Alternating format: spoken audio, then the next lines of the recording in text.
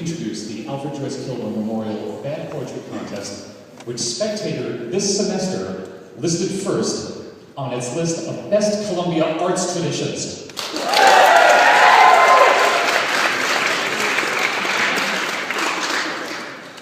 Before I begin, a very brief announcement. By now, most of you have heard of the passing of Jacques Barzun, class of 27, at the age of nearly 105. Jacques was many things: Columbia provost, core curriculum innovator, and pioneering cultural historian. To us, he was Philo's best friend. Our president as a student, he inspired us as a geezer, though we never called him that to his face. When we were all but dead during World War II, he kept us going. During our brief revival in the early 60s, he closely advised us. And when we were permanently on our feet again in 1985, he cheered us on.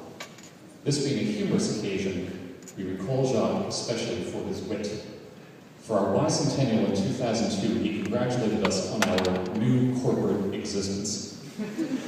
He told me that past Philo moderators should be, quote, entitled to wear a gold crown at meetings and receive handsome emoluments, the amount to be determined every 2 years in relation to the cost of living, the initial sum being fixed by a throw of the dice multiplied by 1,000.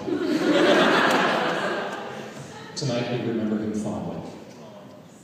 We remember, too, fondly, another Philo, our Vice President, Alfred Joyce Kilmer, class of 1908.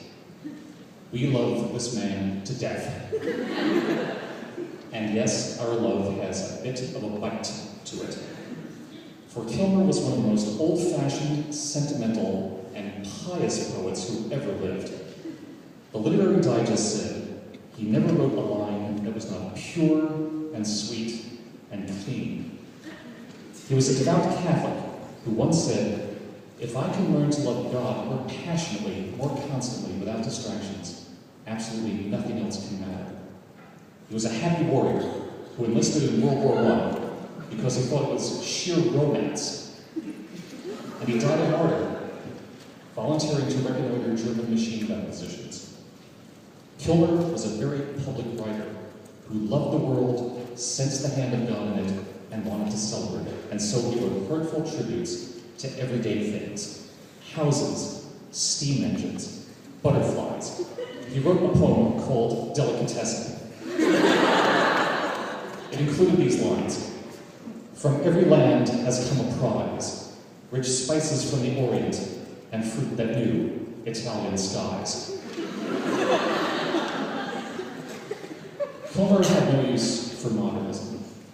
He felt it like rhymes, liked God, and liked emotion, except, of course, depression. So what did this man do in protest? He deliberately wrote bad modernist verse with his wife Aline and his friend Margaret Whittaker, who recalled it like this. This was just before World War I. This new poetry, Joyce said, what sense does it make? I'll bet that any of us could scribble down any nonsense we liked, and we could sell it as the most wonderful new verse yet to any of the avant-garde magazines. Of course, said I, and one of us, I can't remember which, said, let's try.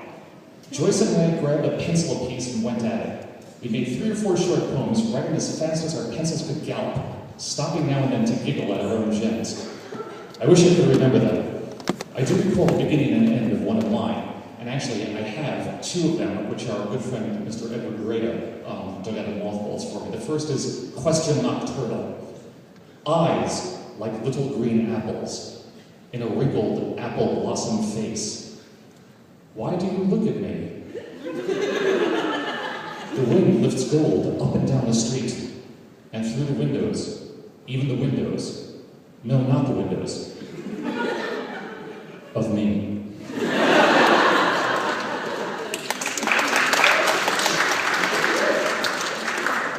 And the second is the current. The white soul of the water dips, gnawing the tree roots. It is broken across the implacable bronze-green stoned bark, and the glistening water rats are tired.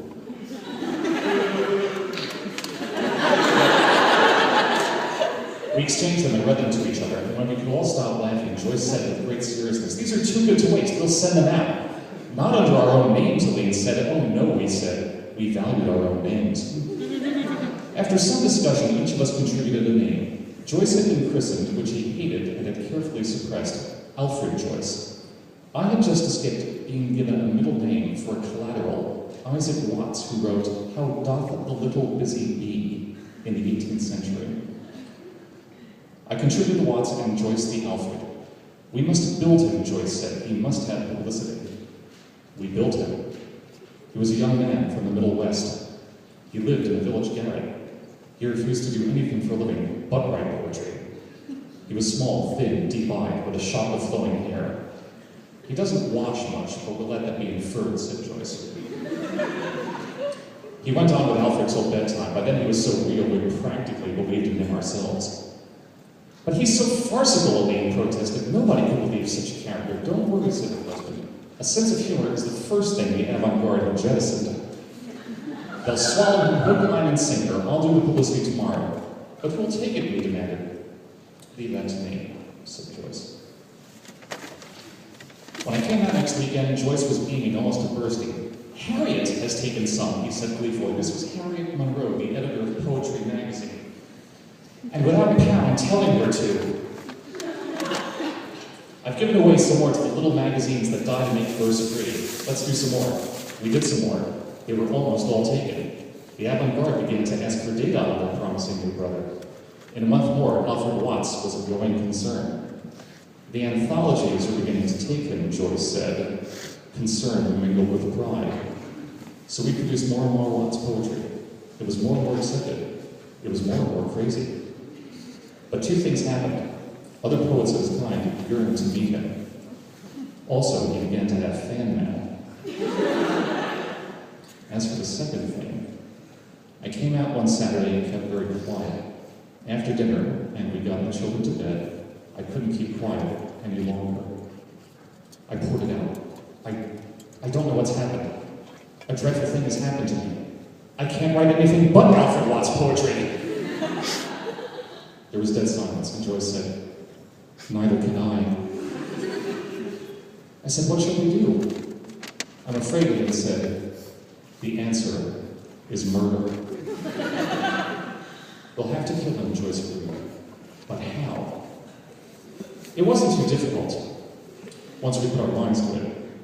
He'd refused to meet anybody or take cash from patrons. So the tragedy of his being found starved to death in his garret by a visiting classmate from Kankakee, Kansas seemed regrettable but reasonable. The waves closed over him. Unfortunately, the modernists prevailed, and Kilmer's poetry, especially Trees, has been imitated, spoofed, mocked, and parodied for almost 100 years. Your professors will tell you that Kilmer was conservative, trite, and even sing-songy, and they are right. But was he really bad? You're wrong! Kilmer is what George Orwell considered Rudyard Kipling to be, and that is a good bad poet. This is what Orwell wrote. Most of Kipling's verse is so horribly vulgar that it gives one the same sensation as one gets from watching a third-rate music hall performer recite The Pigtail of Wu Fang Fu with a purple limelight on his face, and yet there is much of it that is capable of giving pleasure to people who know what poetry means. At his worst, and also his most vital, Kipling is almost a shameful pleasure, like the taste for cheap sweets that some people secretly carry into middle life. Orwell concluded, a good bad poem is a graceful monument to the obvious. It records in memorable form some emotion which very nearly every human being can share. It may not be true, but it's a thought that everyone thinks, and that, I think, covers much of Kilmer's work. In conclusion, I knew Kenton Kilmer, Joyce's son, for several years before he died at the age of 85 in 1995.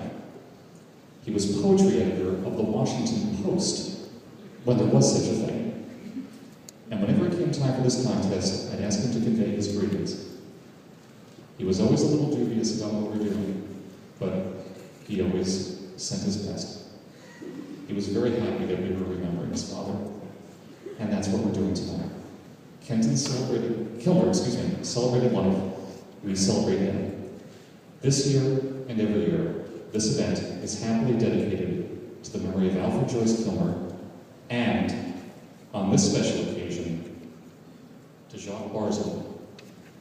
Tonight, they are both talking about Philo, and tonight, they are both laughing right along with us.